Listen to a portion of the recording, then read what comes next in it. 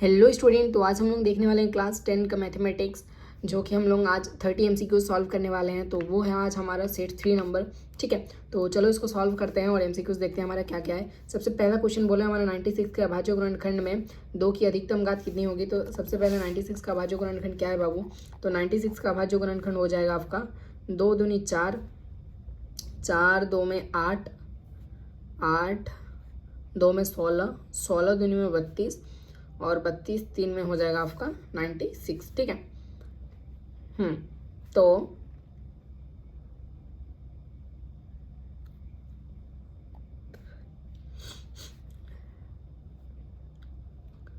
दो कम 2, 2 दूनी 4, 2 3 में 6, 2 4 में 8, 2 ये तो 2 हमारा कितना हो रहा है बाबू, 2 टोटल हमारा 5 ठो है और ये एक हमारा 3 है। तो 2 की अधिकतम घात कितनी होगी हमारा। तो इसका आंसर हो जाएगा बाबू आपका 2 का पावर 5 इंटू 3। तो इसमें 2 की अधिकतम घात कितनी है बाबू, 5 हो जाएगा। तो ये आंसर हो जाएगा आपका डी नंबर। यहाँ पे आंसर रॉन्ग दिया हुआ है, उसको मत देखो। ठीक है, तो इसका आंसर कितना हो जाएगा हमारा डी नंबर। ठीक है, 26 और 91 का HCF निकालना है हम लोगों को। चलो देखते हैं, ये हो गया हमारा क्वेश्चन नंबर 1। क्वेश्चन नंबर 2 देखते हैं हमारा क्या बोला है। 26 का LCM निकालो और 91 इसका भी LCM निकालो। तो 2 एक कम 2, 2 3 6, मतलब 2 इंटू 13, 13 2 में 26 और 7 इंटू 13, 13 7 में 91 होता है। तो HCF हमारा जो हो जाएगा वो हो जाएगा 13। ठीक है, HCF जो हो जाएगा वो हमारा 13 हो जाएगा। ठीक है, कौन अपरिमेय संख्या नहीं है। क्वेश्चन में क्या बोला है बाबू, क्वेश्चन में बोला है आपको कि कौन संख्या है जो अपरिमेय संख्या नहीं है। वो हो जाएगा हमारा ऑप्शन नंबर डी। क्यों अपरिमेय नहीं है, देखो डी नंबर क्या बोला है हमारा कि 5 अंडरूट का 8 बटा अंडरूट का 2। तो 5 अंडरूट 8 को हम लोग क्या लिख सकते हैं, 2 अंडरूट 2 लिख सकते हैं बटा अंडरूट का 2। ये अंडरूट कटेगा, 5 दूनी में 10, टोटल आएगा कितना 10। तो 10 एक अपरिमेय संख्या तो नहीं है, 10 एक परिमेय संख्या है। तो इसलिए क्या हो जाएगा, ये अपरिमेय संख्या नहीं है। ठीक है, क्वेश्चन नंबर 4 की ओर बढ़ते हैं हम लोग। ठीक है,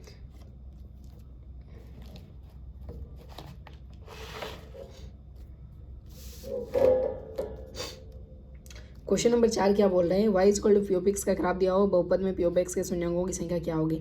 एक अक्ष पर कितना बार मिला है बाबू, 2 बार मिला है। तो इसका पी के शून्यंकों की संख्या कितनी हो जाएगी, 2 हो जाएगी। द्विघात समीकरण, द्विघात बहुपद दिया है वो है, शून्यंकों का योग निकालना है।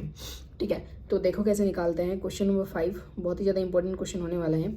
ये एक बहुपद दिया हुआ है x² प्लस का 7x प्लस 10। ठीक है, तो इसमें से हम लोग बोल सकते हैं कि a का मान जो है वो 1 है, बी का मान जो है वो हमारा 7 है और सी का मान जो है हमारा वो 10 है। ठीक है, तो शून्यंकों का योग होता है अल्फा प्लस बीटा बराबर माइनस बी बटा ए। ठीक है, तो बी का मान है हमारा 7, तो 7 बटा कितना हो जाएगा 1, मतलब आ जाएगा हमारा -7 हो जाएगा हमारा आंसर। शून्यंकों का योग कितना हो जाएगा, -7 हो जाएगा। ठीक है, बहुत ही ज़्यादा आसान है, बस आप लोगों को फॉर्मूला याद रखना है। नेक्स्ट क्वेश्चन है कि a1x plus b1y plus c1 equal to 0, a2x plus b2y plus c2 equal to 0। यदि इसमें से देखो, ये क्वेश्चन नंबर है हमारा 3rd नंबर, जो a1 बटा a2 इक्वल टू b1 बटा b2 but not equal to c1 बटा c2 में समीकरण का युग्म होगा। इसमें होता है कोई हल नहीं, इसमें कोई हल नहीं होता है और ये होता है आपका असंगत। क्या होता है बाबू, असंगत होता है, इसमें कोई हल नहीं होता है और इसकी जो रेखा होती है वो होती है समांतर। ठीक है, नेक्स्ट क्वेश्चन की ओर बढ़ते हैं। हमारा क्वेश्चन नंबर 7। क्वेश्चन नंबर 7 क्या बोल रहे हैं, समीकरण युग्म इसमें का हल है।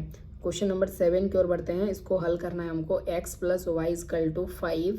ठीक है, then 2x minus 3y equal to कितना हो जाएगा हमारा 4 हो जाएगा। इसको इक्वेशन 1 मान लेते हैं, इसको इक्वेशन कितना मान लेंगे, इक्वेशन 2 मान लेते हैं। ठीक है, तो अब क्या करना है हमको, y को अगर हम लोग बराबर कर दें तो इसको हम लोग 3 से गुना करते हैं। ठीक है, अगर इसको 3 से गुना करेंगे तो ये हो जाएगा हमारा 3x प्लस 3y, 5 या 15 और ये हो जाएगा हमारा 2। इसको कुछ नहीं, मतलब कितना 1 से गुना करेंगे तो 2x minus 3y equal to 4।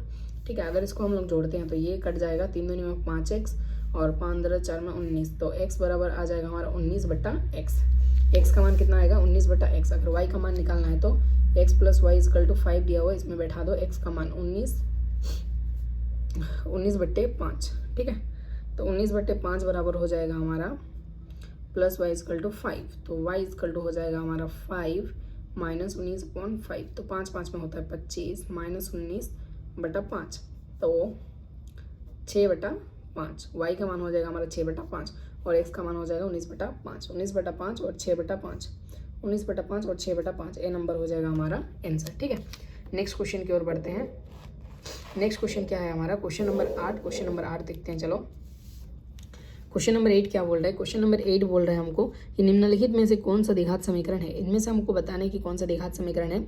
तो हो जाएगा हमारा क्वेश्चन नंबर 1 को, इसको अगर हम लोग सॉल्व करते हैं, ए नंबर को अगर हम लोग सॉल्व करते हैं वो द्विघात समीकरण में आ जाएगा।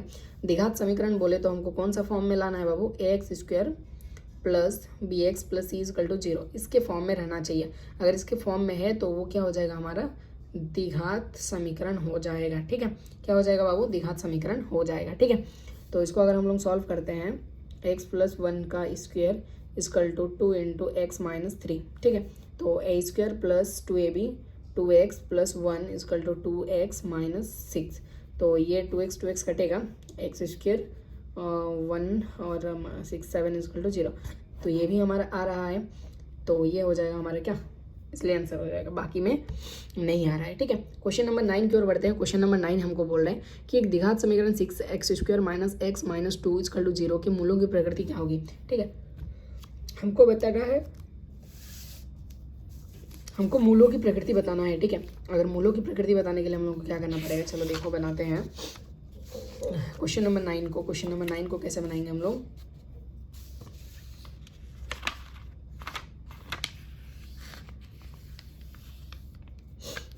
क्वेश्चन नंबर 9 को बनाने के लिए हम लोग को क्या करना पड़ेगा, 6x² minus x minus 2 equal to हो जाएगा हमारा 0, ये दिया हुआ है। तो यहाँ से हम लोगों का a का मान हो जाएगा 6, b का मान हो जाएगा -1, c का मान हो जाएगा -2, d इजकल टू फॉर्मूला होता है b² माइनस 4ac, तो b का -1 का स्क्वायर माइनस 4 इंटू 6 इंटू -2, तो 1, ये 1 हो जाएगा और ये माइनस में प्लस, 4 दूनी 8 और 8 6 में 48 हो जाएगा, तो 49 आ रहा है हमारा, मीन्स d ग्रेटर देन 0। अब जब d ग्रेटर देन जब 0 होता है तो मूल होता है, मूल क्या होता है, मूल वास्तविक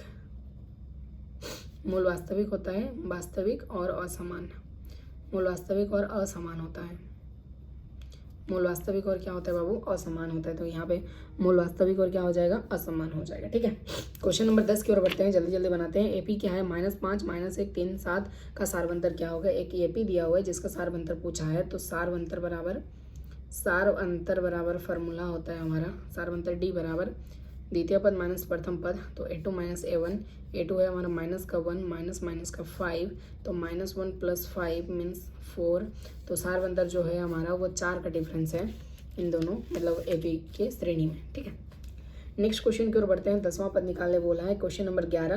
क्वेश्चन नंबर 11 क्या बोल रहे हैं, एक एपी दिया हुआ है 2 7 12 और उसमें तुमको बोला है कि a10 निकालो, a बराबर दिया हुआ है 2 और यहाँ पे हो जाएगा हमारा डिफरेंस 7 माइनस 2 बराबर 5 और n बराबर दिया हुआ हमारा 10, तो an का फॉर्मूला होता है a plus n minus 1 into D, तो क्या हो जाएगा, a10 निकालने हैं हमको, तो 2 प्लस 10 माइनस 1 इंटू डी है हमारा 5, तो 2 प्लस 9 इंटू 5, 9 5 45, मतलब आपका आ जाएगा 47 हो जाएगा आपका सही आंसर। ठीक है, नेक्स्ट क्वेश्चन की ओर बढ़ते हैं। क्वेश्चन नंबर क्या है हमारा, क्वेश्चन नंबर है 12। क्वेश्चन नंबर 12 क्या बोल रहा है हमको, क्वेश्चन नंबर 12 क्या बोल रहा है बाबू, 2 बिंदु दिया हुआ है, इसके बीच की दूरी निकालना है। ठीक है, देखो पहला बिंदु P है और दूसरा बिंदु Q है जो -3 -4 है और ये है हमारा 0 0। ठीक है, देखो अगर एक ही फार्मूला है, अगर 0 0 किसी भी बिंदु से अगर तुम लोग लेते हो तो बहुत आसान है, दो प्रकार से बना सकते हो। मैं पहले ही बता दे रहा हूँ, आसान तरीके से बता दे रहा हूँ, जो x² प्लस y² कर देना, इससे आ जाएगा, ये तुम्हारा x है, ये तुम्हारा y है, मतलब अंडरोड -3 का स्क्वायर प्लस -4 का स्क्वायर, इसको स्क्वायर कर दो तो आ जाएगा 9 प्लस 4 4 में 16, अंडरोड का आएगा 25, आएगा तुम्हारा 5 आंसर, 5 होना चाहिए, 5 इकाई आंसर। ठीक है, नेक्स्ट क्वेश्चन की ओर बढ़ते हैं। इससे और कैसे बना सकते थे हम लोग, और बना सकते थे हम लोग इसको x1 y1 मान के, इसको x2 y2 मान के, तो हमारा होता फार्मूला x2 माइनस x1 का whole square plus y2 minus y1 का होल स्क्वायर। जब भी 0 0 पॉइंट हो तो इससे बना सकते हो, अगर 0 0 पॉइंट नहीं है तो इससे बनाना पड़ेगा, ठीक है। देखो x2 क्या है हमारा, x2 माइनस का 3 माइनस 0 इसका होल स्क्वायर प्लस माइनस का 4 माइनस 0 इसका होल स्क्वायर, तो अंडर माइनस 3 का स्क्वायर प्लस माइनस 4 का स्क्वायर बराबर अंडर का 3 3 में 9, 4 4 में 16, अंडर का 25 बराबर आएगा 5 आंसर, ठीक है। जैसे भी बनाओ आंसर वही आने वाला है, ठीक है। नेक्स्ट क्वेश्चन की ओर बढ़ते हैं हम लोग। क्या बोला है 13 नंबर क्वेश्चन, दो बिंदु दिया हुआ है, मिलाने वाला रेखाखंड का मध्य बिंदु निकालो, ठीक है। बहुत ही ज़्यादा आसान क्वेश्चन होने वाले हैं और वेरी वेरी इंपॉर्टेंट क्वेश्चन है, वेरी वेरी इंपॉर्टेंट क्वेश्चन है, ठीक है। तो देखो ये हमारा मान लेते हैं एक पॉइंट ए है, एक पॉइंट बी है और ये मिड पॉइंट पी मान लेते हैं, पी एक्स वाई है, ठीक है। और ये है आपका 2 और माइनस का 4 और ये है 4 और माइनस का 2, तो हमारा पी एक्स वाई निकालना है। पी एक्स वाई बराबर फार्मूला होता है x1 प्लस x2 अपॉन में 2, y1 प्लस y2 अपॉन में 2, ठीक है। तो x1 हो जाएगा हमारा 2 प्लस 4 बट्टा में 2 माइनस का 4 माइनस का 2 बट्टा में 2, 4 दूनी 6, 6 बट्टा में 2 मतलब 3 माइनस 3, 3 और माइनस 3 हो जाएगा हमारा आंसर, 3 और माइनस 3 हो जाएगा, 3 और माइनस का 3, 3 माइनस 3 सी नंबर हो जाएगा हमारा आंसर, ठीक है। नेक्स्ट क्वेश्चन की ओर बढ़ते हैं हम लोग।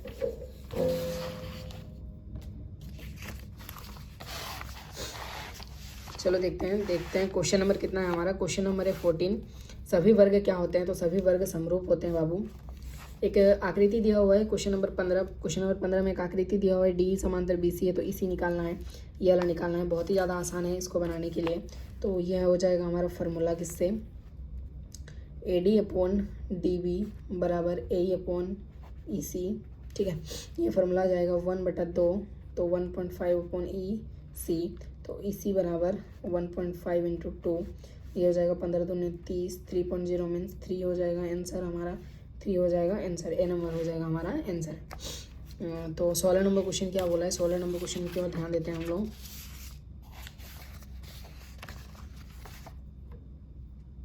16 नंबर क्वेश्चन बोला है कि ABC एवं D मतलब DEF जो दो त्रिभुज है, जहाँ पे एंगल A बराबर एंगल F दोनों 50 डिग्री का है, BE दोनों 70 डिग्री का है और CD दोनों जो है वो 60 डिग्री का है, ठीक है।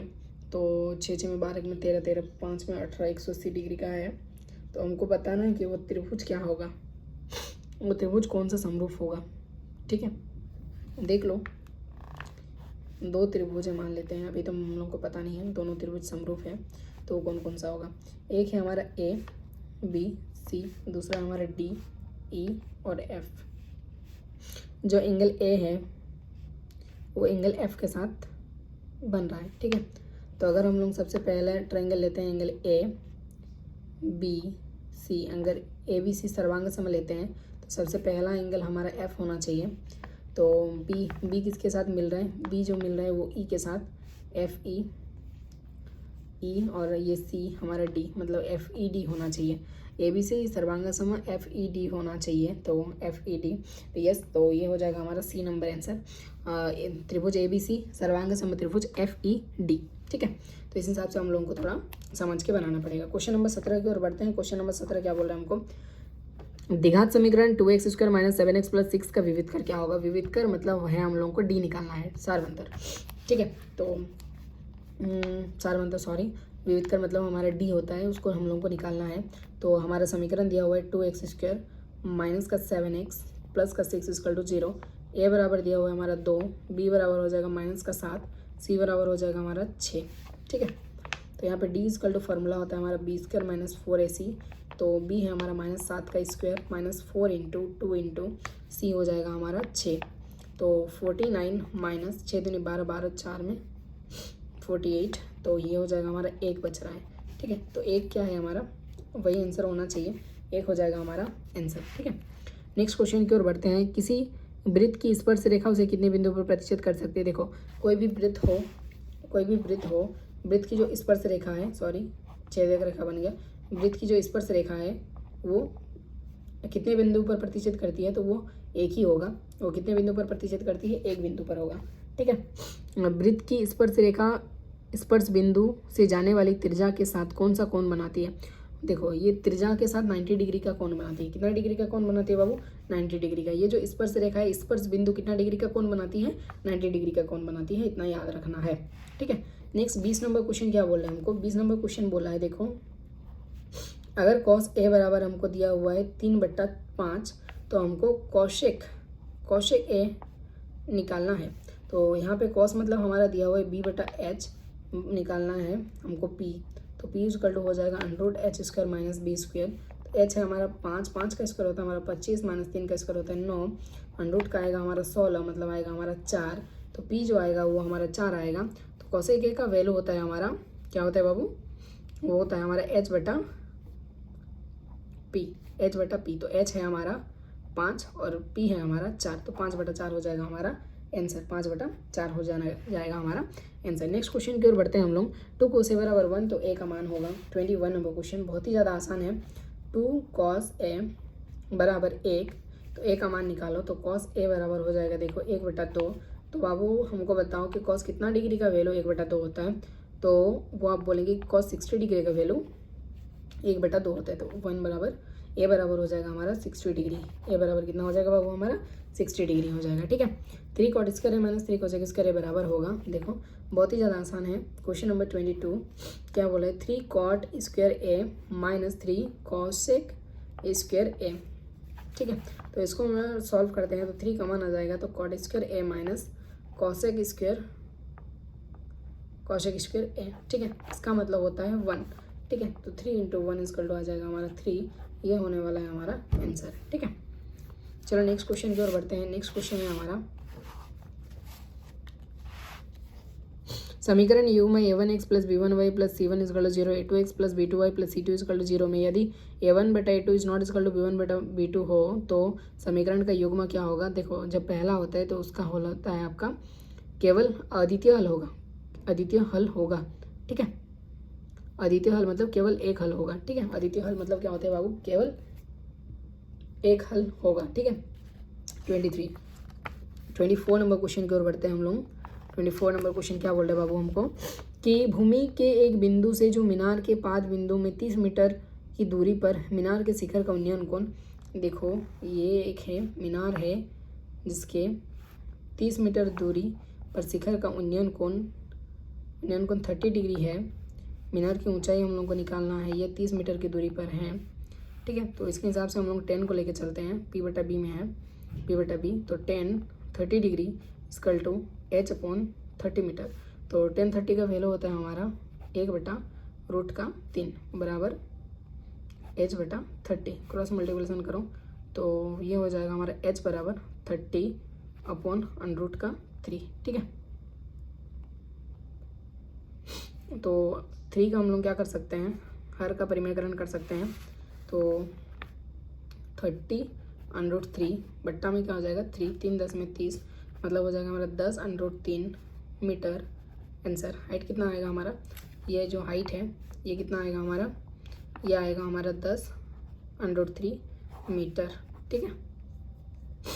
चलो नेक्स्ट क्वेश्चन की ओर बढ़ते हैं। Question number 25। क्वेश्चन नंबर 25 क्या बोल रहे हैं हमको, क्वेश्चन नंबर 25 बोल रहे हैं कि थीटा केंद्रीय कोण और r त्रिज्या वाले त्रिज्यखंड का क्षेत्रफल क्या होगा।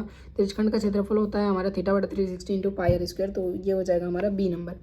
क्वेश्चन नंबर 26 क्या बोल रहे हैं, 26 बोल रहे हैं हमको कि 42 सेंटीमीटर त्रिज्या वाले वृत्त के उस त्रिज्यखंड जिसका केंद्र कोण 30 डिग्री है।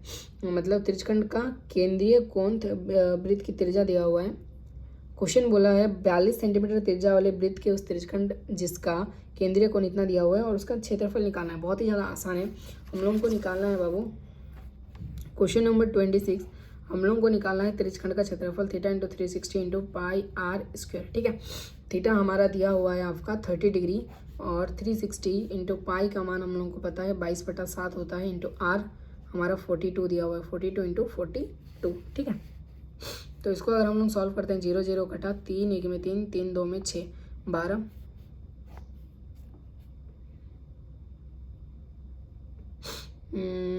2 11 में 22, 2 6 में 12, 6 7 में 42, 7 और 7 कटा मतलब 42 इंटू 11, ठीक है।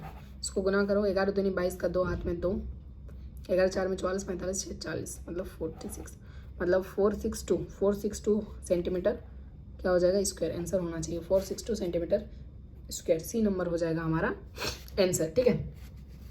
नेक्स्ट क्वेश्चन की ओर हम लोग बढ़ते हैं। एक बर्तन उल्टे शंकु के आकार का है। एक जो बर्तन है वो उल्टे शंकु के आकार का है। अगर ऊंचाई आपका 21 सेंटीमीटर है, ऊपरी सिरे की त्रिज्या जो इतना है, तो बर्तन का आयतन क्या होगा। तो कैसे बनाना है बाबू, चलो देखते हैं। क्वेश्चन नंबर 27 बोल रहे हैं कि एक शंकु है जिसके मतलब एक बर्तन है जो उल्टे शंकु के आकार का है। उसकी ऊंचाई h दिया हुआ है हमारा 21 सेंटीमीटर, ठीक है, और उसकी त्रिज्या जो दिया हुआ है वो 5 सेंटीमीटर का दिया हुआ है। देखो शंकु का आयतन होता है हमारा, शंकु का आयतन फार्मूला होता है हमारा 1/3 पाई r² h, ठीक है। तो 1/3 पाई का मान होता है हमारा 22/7 इंटू r दिया हुआ है हमारा 5 इंटू 5, एच दिया हुआ है हमारा 21, 3 7 में 21, 7 और 7 कटा तो 22 इंटू 5 5 में 25, तो 22 इंटू 25, 25 दूनी 50 का 0 हाथ में 5, 25 दूनी 50 और 55, तो इतना सेंटीमीटर स्क्वायर हमारा आंसर होना चाहिए, ठीक है। तो इतना आंसर होना चाहिए जी, बिल्कुल है एकदम। 27 नंबर हो गया हमारा, ठीक है।